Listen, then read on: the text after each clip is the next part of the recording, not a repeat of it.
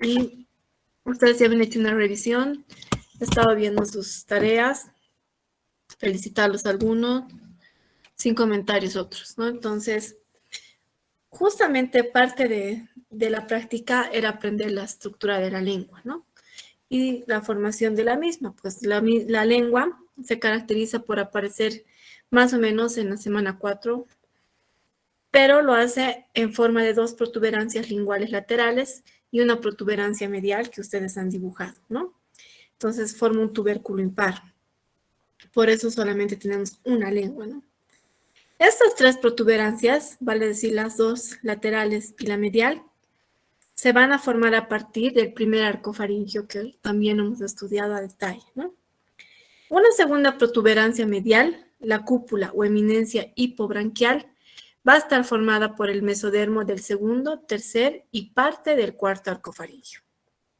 Por último, una tercera protuberancia medial va a estar formada por la porción posterior del cuarto arco, que intervenía muy poco en lo que es la protuberancia medial, y marca el desarrollo de la epiglotis, ¿no? Entonces aquí estamos hablando de esta membrana súper importante, que ustedes ya por anatomía saben su ubicación y para qué sirve, ¿no?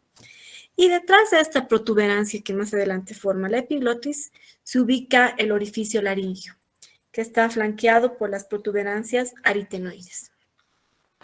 Ese es el desarrollo de la lengua y han hecho unos dibujos muy bonitos, les felicito a algunos, donde estamos viendo justamente la porción ventral de los arcos faríngeos, ¿no? Es una vista superior que nos va a mostrar el desarrollo de la lengua, donde podemos ver primer arco, segundo arco, tercer arco y cuarto arco faríngeo seccionado, ¿no? Es como si hubiéramos hecho un corte.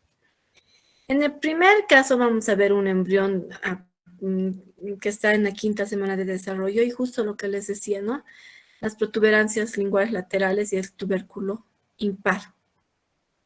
En cambio, en el de la derecha vamos a ver que es un embrión de 5 meses. Y aquí lo importante, lo que les había recalcado, es que traten de utilizar otro color para hacer lo que es el foramen ciego, ¿no? Ya que este es el primorio tiroideo. Entonces ya estamos viendo aquí en amarillo igual la importancia de la eminencia hipobranquial que les hablaba y en verde la protuberancia epilótica, ¿no? Por delante de eso, como les había indicado, se va a formar el orificio laringio, el verde se convierte en lo que es ya la epiglotis definitiva y seguimos viendo lo que es el foramen ciego y las amígdalas palatinas, ¿no?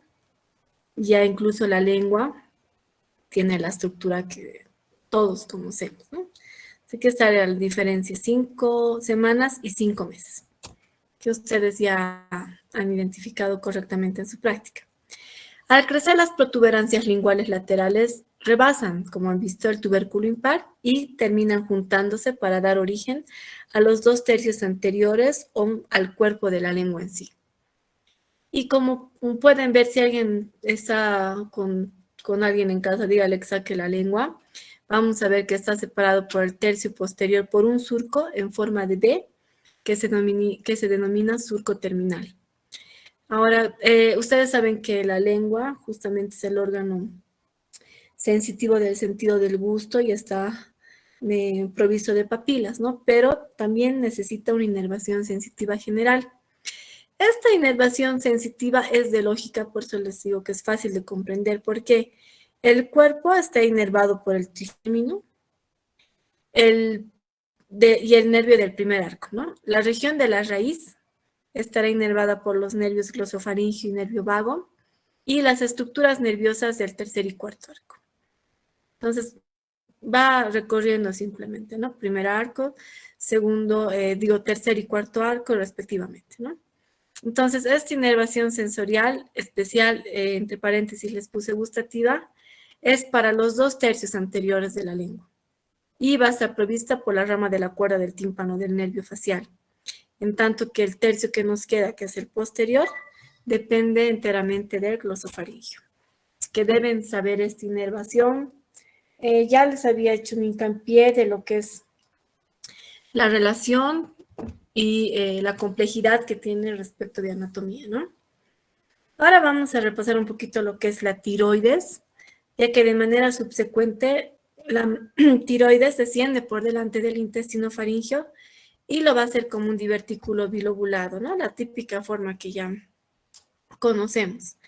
Entonces, esta migración que realiza permanece conectada con la lengua por medio de un conducto estrecho y este conducto recibe el nombre de conducto tirogloso y este conducto más adelante desaparece. Al avanzar el desarrollo, esta tiroides desciende por delante del hioides y los cartílagos laringio y lo hace a partir del foramen ciego. Entonces, sigue esa línea recta, desciende en posición caudal para alcanzar su posición final, que como ustedes saben, se encuentra frente a la tráquea y lo va a lograr alrededor de la 7ª semana. ¿Cuándo funciona la tiroides? Ya al finalizar el tercer mes, ¿no? Cuando termina justamente el periodo embrionario, la tiroides está completamente lista para funcionar. En este momento podemos visualizar los primeros folículos que contienen coloide y ustedes ya saben la producción del coloide y la relación que tiene con las hormonas tiroxina y triiodotironina y la producción de calcitonina. Ahora vamos a hablar de la cara. Vamos a ver que al final de la 4ª semana aparecen unas prominencias faciales también conocidas como procesos. En alguna literatura van a encontrar como prominencia y otros como procesos. Es lo mismo. Lo importante es que, como ustedes saben por histología, va a estar compuesto netamente de mesénquima, que deriva de la cresta neural. La cresta neural lo hemos visto en embrión 1, ¿no es cierto? Y están formadas de manera primordial por el primer par de arcofaringios. Entonces, el primer par de los arcos faringios, pues, establecen un primordio o un origen de lo que es estos procesos faciales, ¿no? Estas prominencias o procesos faciales, en este caso los maxilares, pueden identificarse en posición lateral al estomodeo. Les he mostrado también esta estructura que se llama estomodeo. Y ya haciendo una lógica, vamos a ver que las prominencias mandibulares, que obviamente se colocan debajo por lógica, como están viendo en el bebito, se van a observar en posición caudal esta estructura. Entonces, ya les había adelantado que en biología es imagine, ¿no es cierto? Tienen que imaginarse si las prominencias faciales están en posición lateral al estomodeo, pues las mandibulares, por lógica, se van a encontrar en una posición caudal a las prominencias maxilares o al estomodeo, obviamente porque está debajo. Bueno, entonces vamos a pasar ahora a ver esto que nos habla a ambos lados de la prominencia frontonasal que estamos viendo ahí. Se localizan unos engrosamientos que son partes del ectodermo superficial y ya solamente para hacerles un recordatorio, estamos hablando de las placodas nasales o también llamadas placodas olfatorias, que casi son prácticamente lo mismo que las placodas ópticas y las placodas del cristalino que habíamos tocado antes, ¿no? Y lo van a hacer bajo la influencia inductiva de la porción ventral del prosencéfalo. Entonces, cuando llevemos cerebro, ya vamos a diferenciar también esto a mayor detalle y lo vamos a volver a tocar. Entonces, igual, ¿no es cierto? En el esquema A podemos ver lo que les decía, la placoda óptica y la placoda del cristalino, que son como el origen del futuro ojo y las futuras orejas, ¿no? Estamos observando la prominencia cardíaca y los 3 primeros arcos faríngeos, ¿no? Igual el cordón umbilical. En una vista frontal, aquí está para los que es su primera clase, se los presento al estomodeo, que al principio está cerrado y luego ya tiene una cavidad. Si esta es la prominencia frontonasal, es como me estuviera mirando el embrión de frente, por lo tanto aquí ya estarían formando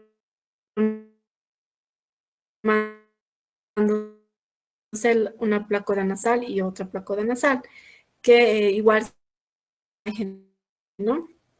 Si dice que una prominencia maxilar, otra prominencia maxilar, entonces la prominencia mandibular se encontrará por debajo o en forma caudal, que es lo que les decía, ¿no?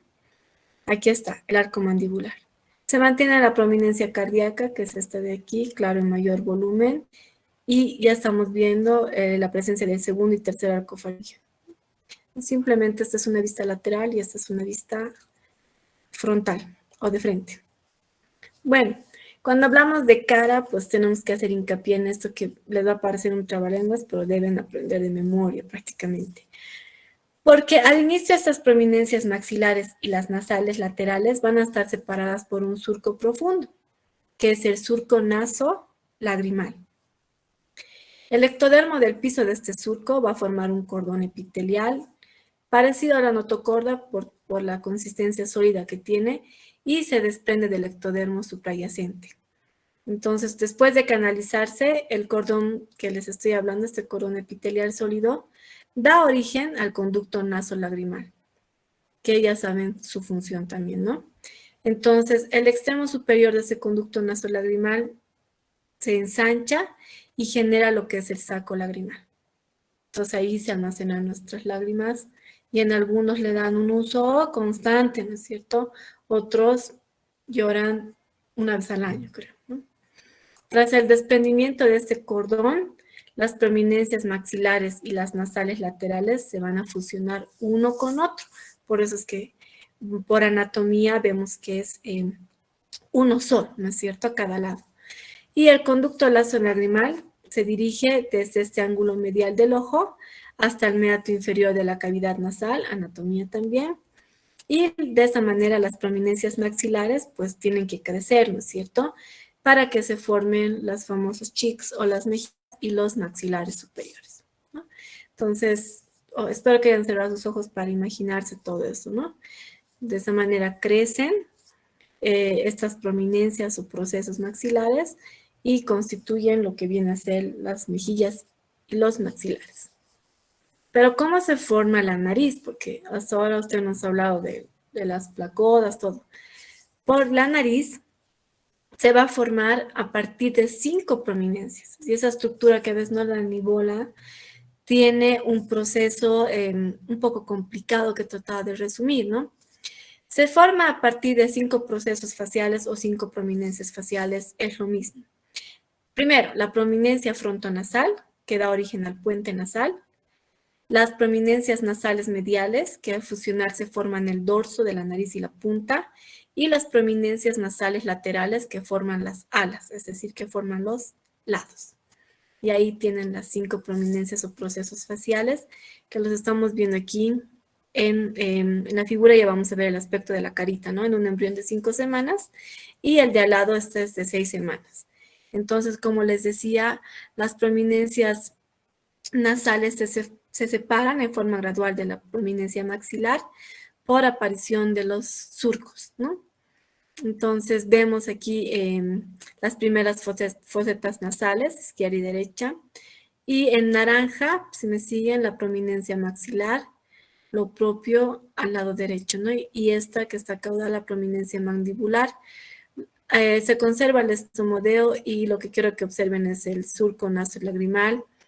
Y parece un poco raro, ¿no es cierto? Pero lo que están viendo aquí en negro y este otro lado, pues son los ojos. Obviamente, cuando llevemos la parte del ojo, vamos a ver que el ojo va recorriendo hasta alcanzar su posición final, ¿no? De todas maneras, como ven, a la 5ª semana ya el surco nasolagrimal y también por consecuente el saco lagrimal, pues ya está funcionando, ¿no? Que no, que esto solamente dibujo lo mismo están observando en una fotografía real de embrión humano, en etapas similares, tanto de la 5ª semana y de la 6ª semana, ¿no?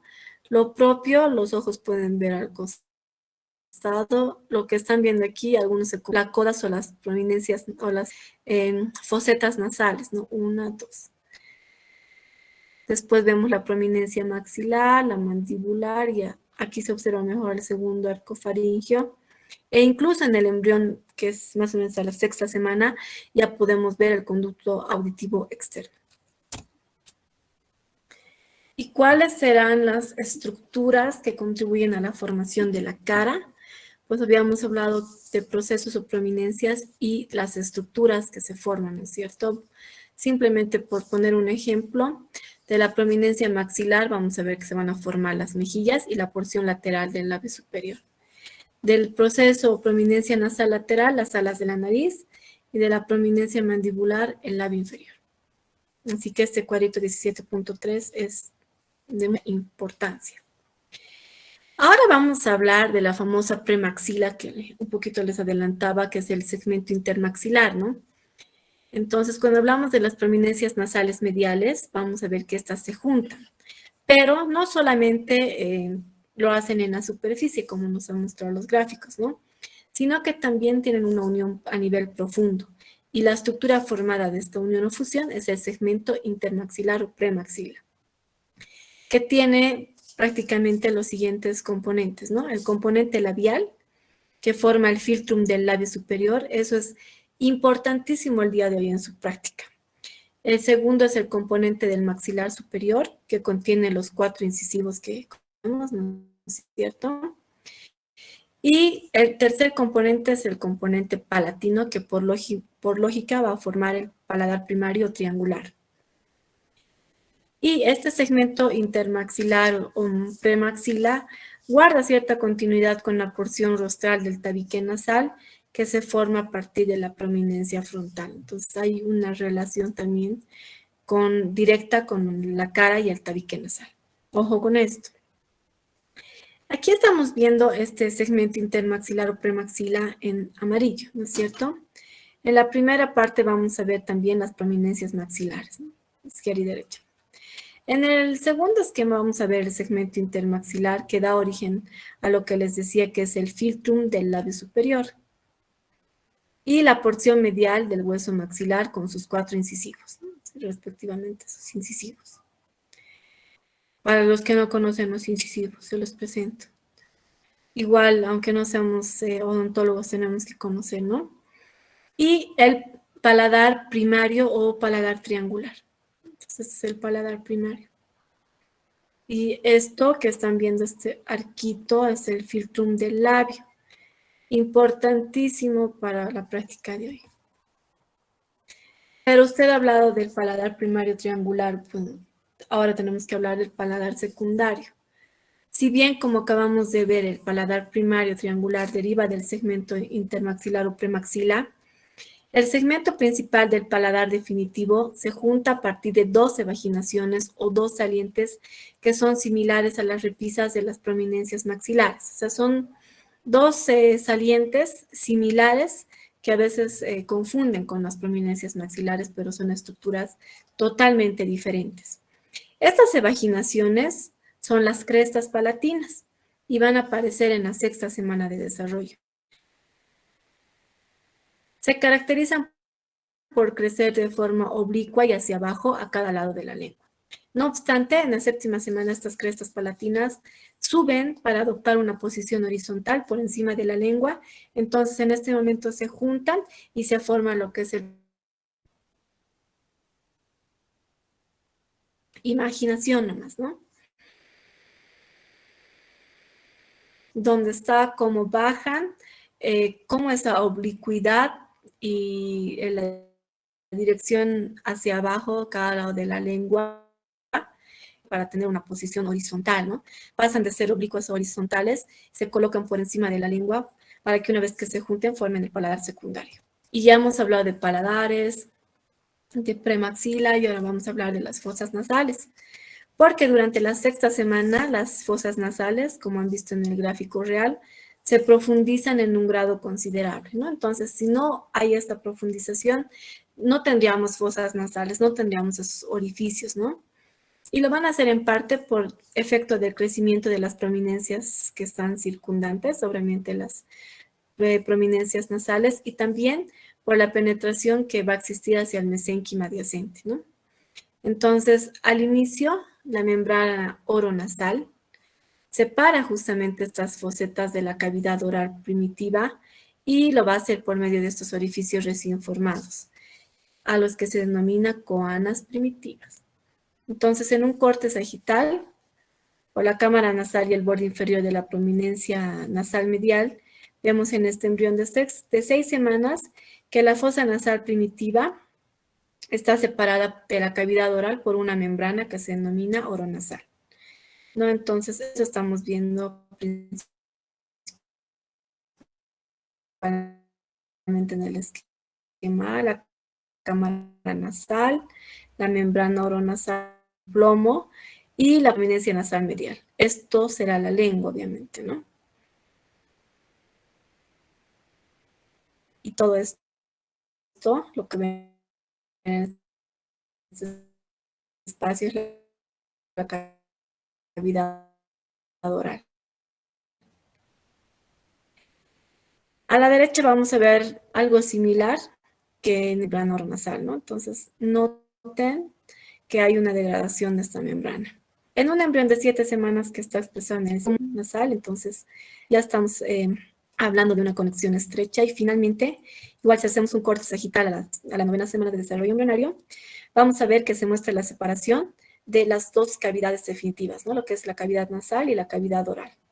Y lo va a hacer a través del paladar primario, que está en esta, no se observa muy bien lo que es el paladar primario, pero sí lo que se ve súper bien es el paladar secundario, ¿no? Que está aquí expresado en rojo.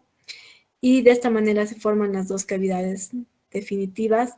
Y también habíamos hablado al final de lo que son las coanas. Entonces aquí ya estamos viendo una de las coanas, que son, como dice la literatura, en la unión de la cavidad oral y la faringe. Entonces ustedes también por anatomía saben todo esto. Igual la ubicación de los cornetes, ¿no es cierto? Entonces este esquema en celeste corresponde al labio superior y este al labio inferior. Por lo tanto, esto será la mandíbula.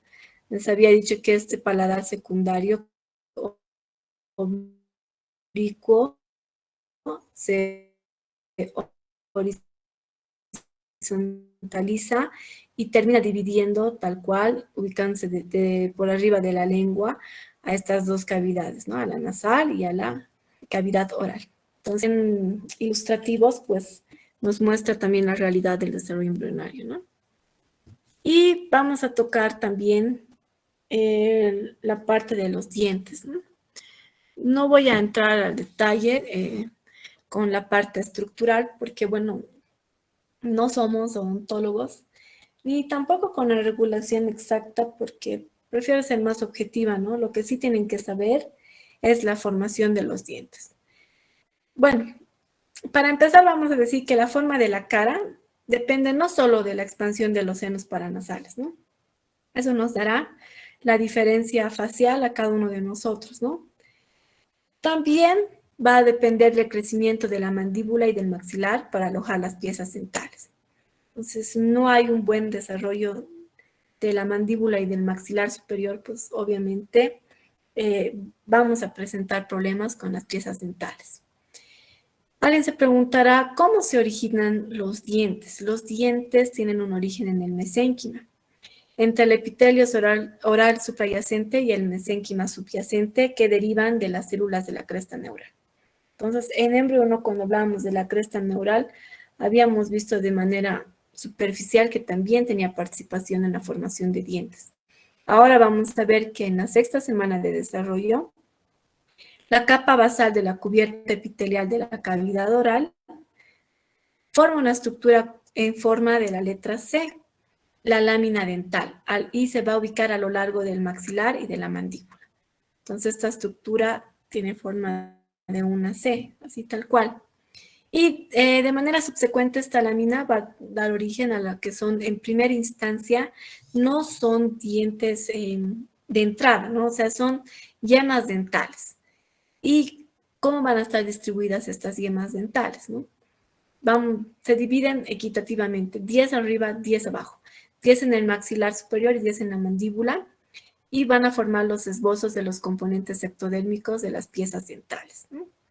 Después, la cara profunda de estas yemas se invagina, es decir, que sufre una indentración, con lo que va a venir a dar paso a la etapa del casquete del desarrollo de los dientes. Entonces, este casquete va a estar formado por una capa externa, que es el epitelio dental externo, una capa interna, que es el epitelio dental interno por lógica, y al centro tiene un núcleo de tejido laxo que se llama retículo estrellado. Entonces, esto es el resumen del resumen del resumen, para que más o menos entiendan cómo está formado un diente, ¿no? Y Ya habíamos dicho que es parte del mesénquima o que tiene origen en el mesénquima. Y el mesénquima que se va a ubicar dentro de la indentación de la yema, que se origina de la cresta neural, va a formar lo que se llama papila dental. Entonces, sí, es el origen de los dientes para que me entiendan mejor esquemáticamente. Estamos viendo una sucesión en el desarrollo, ¿no? Primero vamos a ver en el inciso A el desarrollo a la 8ª semana, donde estamos viendo la lámina dental en celeste y el epitelio oral, y todo lo que está en rosa es el mesénquima de la mandíbula, y este es un esquema de una yema dental, ¿no? Luego ya estamos viendo lo que les decía en un color más claro, lo que es la papila dental y las capas del epitelio dental, ¿no? Una capa externa y una capa interna. Y la yema del diente permanente. Ustedes saben que no nos quedamos con la misma dentición, ¿no es cierto? Cuando tenemos 6 años más o menos, vamos cambiando los famosos dientes de leche, ¿no? Para tener dientes definitivos. Entonces, la naturaleza y la embriología es tan sabia que ya por detrás de la papila dental vemos ya la yema del diente permanente, ¿no? Y lo que les hablaba igual, en el inciso C vemos esta etapa de campana alrededor de los 3 meses, donde justamente esa estructura que tiene unas pequeñas líneas es el retículo estrellado, ¿no? Más adelante vamos a hablar de los ameloblastos y de los odontoblastos que están viendo en naranja. Finalmente, a los 6 meses, justo cuando empiezan a salir los dientecitos, pues vemos ya la estructura final de un diente.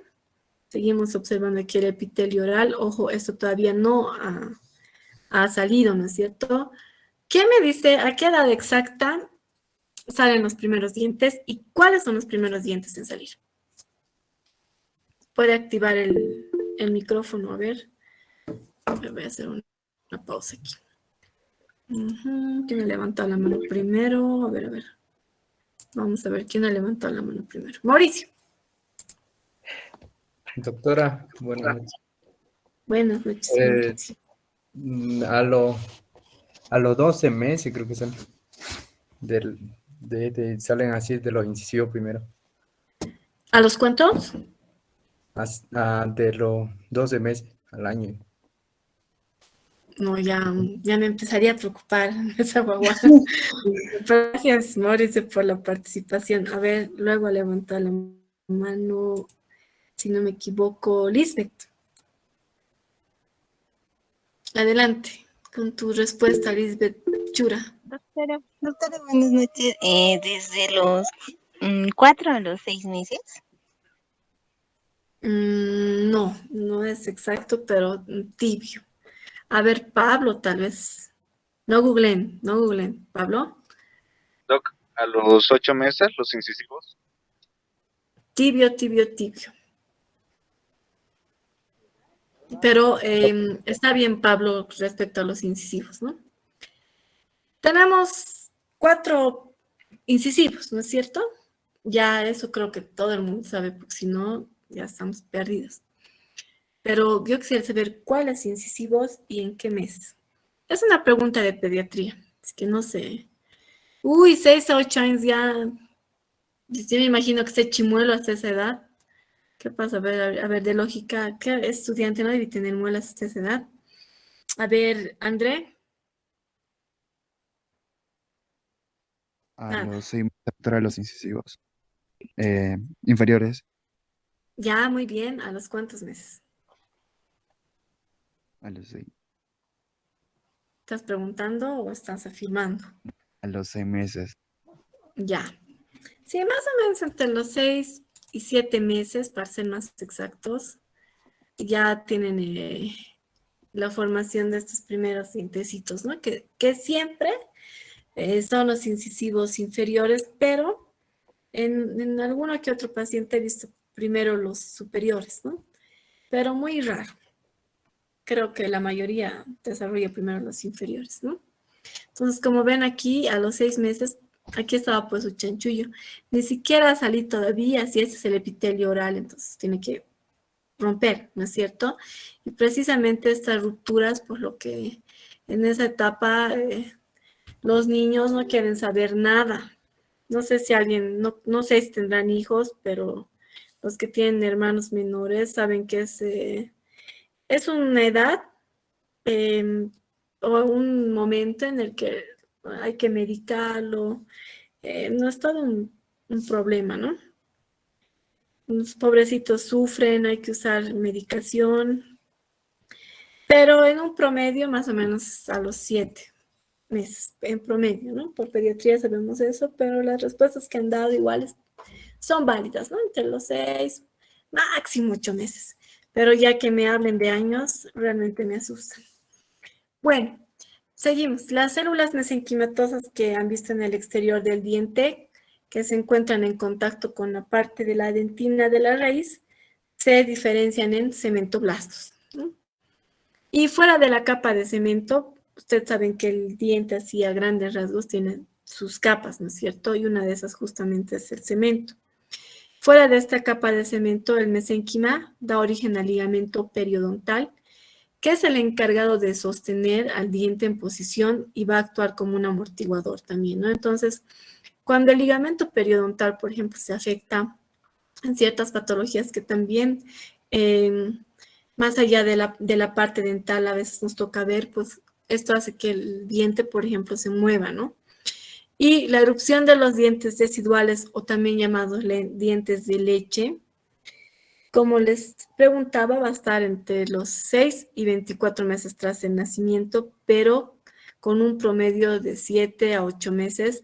En algún caso excepcional, ya sale todo hasta los 24 meses, ¿no? Entonces ya tenemos que tener arriba y abajo completos, es decir, estamos hablando de los 2 años, ¿no es cierto? Entonces hemos visto también las yemas de los dientes permanentes que se van a ubicar en la cara lingual de estos dientes de leche y se van a formar durante el tercer mes de desarrollo embrionario. Entonces, por lógica, sabemos que estas yemas van a permanecer inactivas hasta más o menos los 6 años, ¿no? Justo lo que les decía. Después de los 6 años ya también se nos caen los dientes residuales y ya tendremos los dientes definitivos. Y esta es una pieza dental en izquierda antes del nacimiento y después de su erupción, ¿no? La derecha, donde estamos viendo en negro en esmalte, la parte celeste es la dentina y las células que les hablaba, ¿no? Los cementoblastos, y esto correspondería también al cemento, ¿no? Lo que está alrededor es el ligamento periodontal que le da esa firmeza y esa amortiguación también. Y obviamente esto ya será el hueso del alveolo, ¿no? Que ya correspondería, si estamos hablando de un incisivo inferior, pues vendrá a ser parte de la mandíbula. Ahora sí, con esto ya he terminado yo este capítulo correspondiente a cabeza y cuello, que sus compañeros nos van a hacer un mega resumen el próximo miércoles, porque si no, no la logramos, ¿no? Pero cuando hablamos de estructuras como las que acabamos de ver hoy, incluyendo la cara, la boca, la lengua, los dientes y los paladares que hemos visto, pues necesariamente tenemos que hablar de correlaciones clínicas, que como bien saben, la teratología también es parte de nuestro estudio, ¿no? Entonces, como acabamos de hablar de dientes y de ver dientes, pues hablaremos de las anomalías dentales, ¿no? Los dientes natales son los que ya han hecho erupción al momento del nacimiento, ¿no es cierto? Por lo general, como les decía, los primeros en salir son los incisivos inferiores, con algunas excepciones, ¿no? Que al momento de salir, ya ustedes van a ver que pueden estar mal formados o tener un esmalte escaso, lo que les va a dar también ciertas características, ¿no? Los dientes, además de su estructura, también pueden tener fallas o anomalías en lo que es número y tamaño, ¿no? También podemos ver dientes de coloración diferente que están generados por sustancias extrañas, como las tetraciclinas, tener deficiencias de esmalte o trastornos que derivan de la deficiencia de vitamina D, como por ejemplo el raquitismo. En los niños con raquitismo tienen unos dientes que solo con ver los dientes ya tú diagnosticas el raquitismo, ¿no? Entonces, como ven, muchos factores afectan en el desarrollo de los dientes. Por ejemplo, la genética es bastante importante. Por más de que algunos utilizan brackets y demás, la genética es la genética, ¿no? Entonces, también jugará mucho aquí lo que es el factor ambiental. Por ejemplo, si la madre o el niño tendrá que hacer un tratamiento con tetraciclinas, entonces ya vamos a ver, por ejemplo, un cambio de coloración, ¿no? Y así como hemos visto las anomalías dentales, ahora vamos a hablar de las fisuras faciales, ¿no? Y parte de esto es hablar del labio leporino, labio hendido y la fisura palatina, ¿no? Que son defectos comunes que causan un aspecto facial diferente, ¿no? Ustedes ven esas caritas, tiene una anomalía difícil de confundir y también cuando ya van creciendo, les dificulta el hablar. Yo vi muchos adolescentes con este problema y no me van a dejar mentir, entenderlos es muy complicado justamente por esta anomalía, ¿no? Entonces, el foramen incisivo se va a considerar el punto de referencia exacto para clasificar las deformidades palatinas y definirlas, ¿no? Si son anteriores o posteriores. Por eso es que este foramen incisivo es crucial. Por ejemplo, las que estarán por delante del foramen incisivo, entre estas podemos situar a la fisura labial lateral, el maxilar hendido y las fisuras entre los paladares primario y secundario. Este tipo de defectos van a tener un origen en una falla parcial o una falla completa, justamente de la fusión que habíamos hablado que tiene que ver entre las prominencias maxilares y la prominencia nasal media, ya sea en uno o ambos lados, ¿no? Entonces, esto de las fisuras faciales es un tema para hablar en una clase, la verdad. Cuando hablábamos con estudiantes de odontología, nos tomaba casi hablar unas 3, 4 clases, porque claro, a ellos se les explica así con detalle, ¿no? En un curso que hice el semestre pasado para estos chicos, justamente me delegaron, ¿no? La parte embriológica, no en la universidad, en otra parte. Pero hablar de esto es un tema que no solamente está derivado a odontología. Ustedes deben conocer a detalle también esto y precisamente es en lo que van a trabajar hoy, ¿no? Porque cada vez vemos con más frecuencia la presencia del famoso labio leporino, que está mal dicho, ¿no? Es el labio hendido y la fisura palatina. Y esto es lo que se ve, ¿no? Estamos viendo una vista ventral del paladar. Entonces estamos viendo primero lo que es un paladar normal, ¿no es cierto? El paladar primario en celeste y el foramen incisivo, que como habíamos dicho es el punto crucial de todo esto, ¿no? Pero ¿qué pasa ya en el esquema B? Vamos el labio hendido unilateral, ¿no? Entonces aquí hay una hendidura que se va a extender hasta la nariz, ¿no? Entonces esto es el labio, entonces estamos viendo la narina y este labio hendido unilateral. Después, en el inciso C, estamos viendo una fisura. Tienen que seguirme en lo que está con negrito, ¿no? Esta es una fisura unilateral que afecta tanto al labio como al maxilar y se extiende hasta el foramen incisivo que está aquí. Ya más complicado estamos viendo aquí bilateral, labio y maxilar afectados, ¿no? El filum del labio y el paladar primario. Pero en casos más tristes y más graves veremos el paladar hendido, que puede ser un paladar aislado, y el paladar hendido combinado, como pueden ver aquí. Entonces, este es el caso más grave, ¿no? Es el paladar hendido combinado con el labio hendido anterior unilateral, o mejor conocido como todos como labio leporino, ¿no? Y paladar hendido anterior unilateral. Entonces, ¿tiene solución? Sí, varias veces hemos solucionado, pero es un poquito complicado, ¿no? Entonces, lo mismo en imágenes reales estamos viendo la primera parte, el labio hendido bilateral. En la figura B estamos viendo igual el labio leporino o labio hendido bilateral, pero ya en esta parte del inciso C ya estamos viendo lo que les decía, la fisura facial oblicua. Y también aquí, no sé si observan lo que es el surco nasolacrimal, que también está afectado, ¿no? Y también vemos este caso, pero no muy a menudo, el labio hendido medial, ¿no? Porque está justamente en la línea media.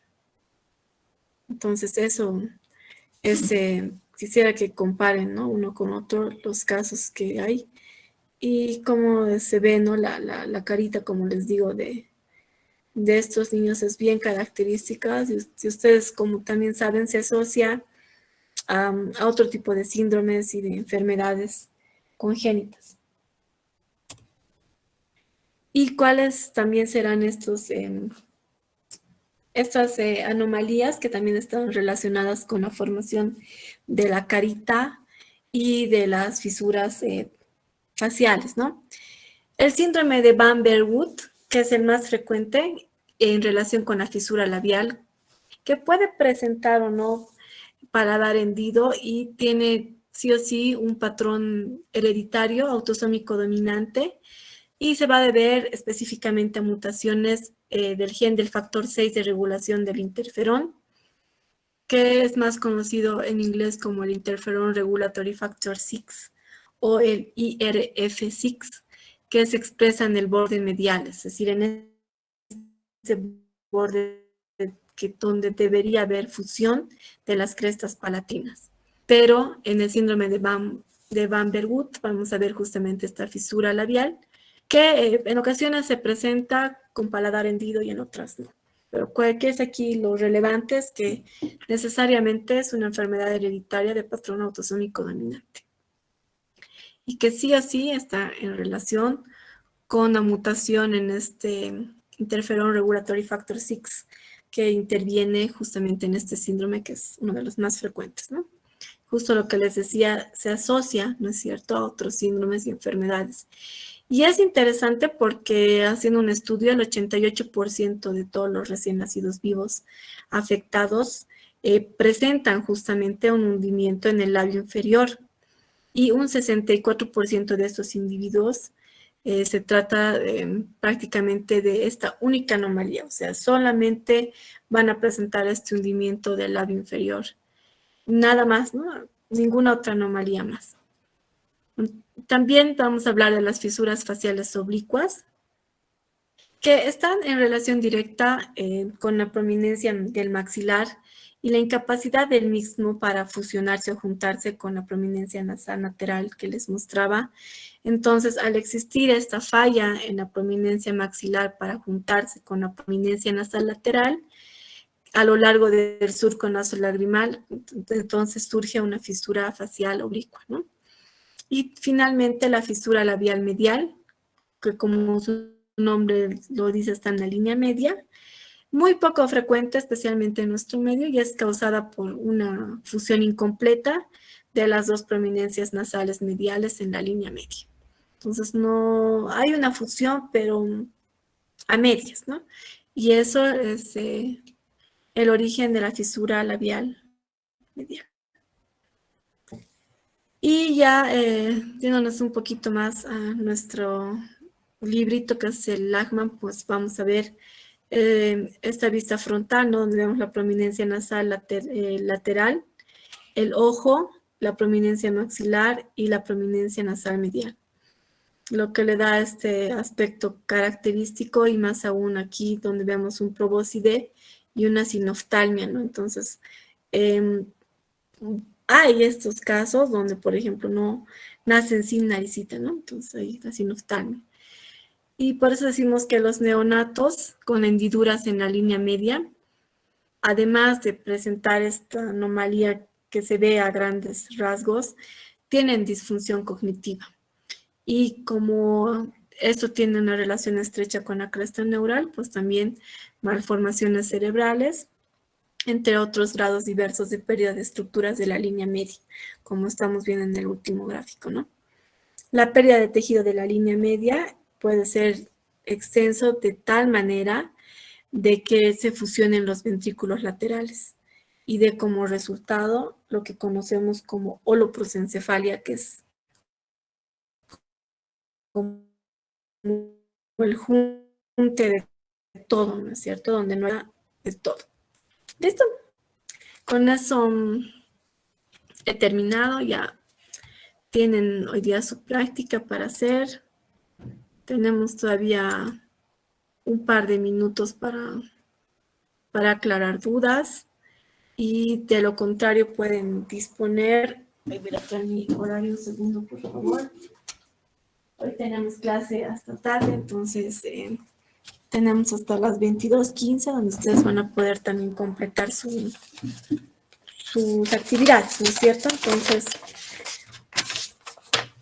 hasta que memorice esto, tenemos 20 minutos más, bueno, 15 minutos más.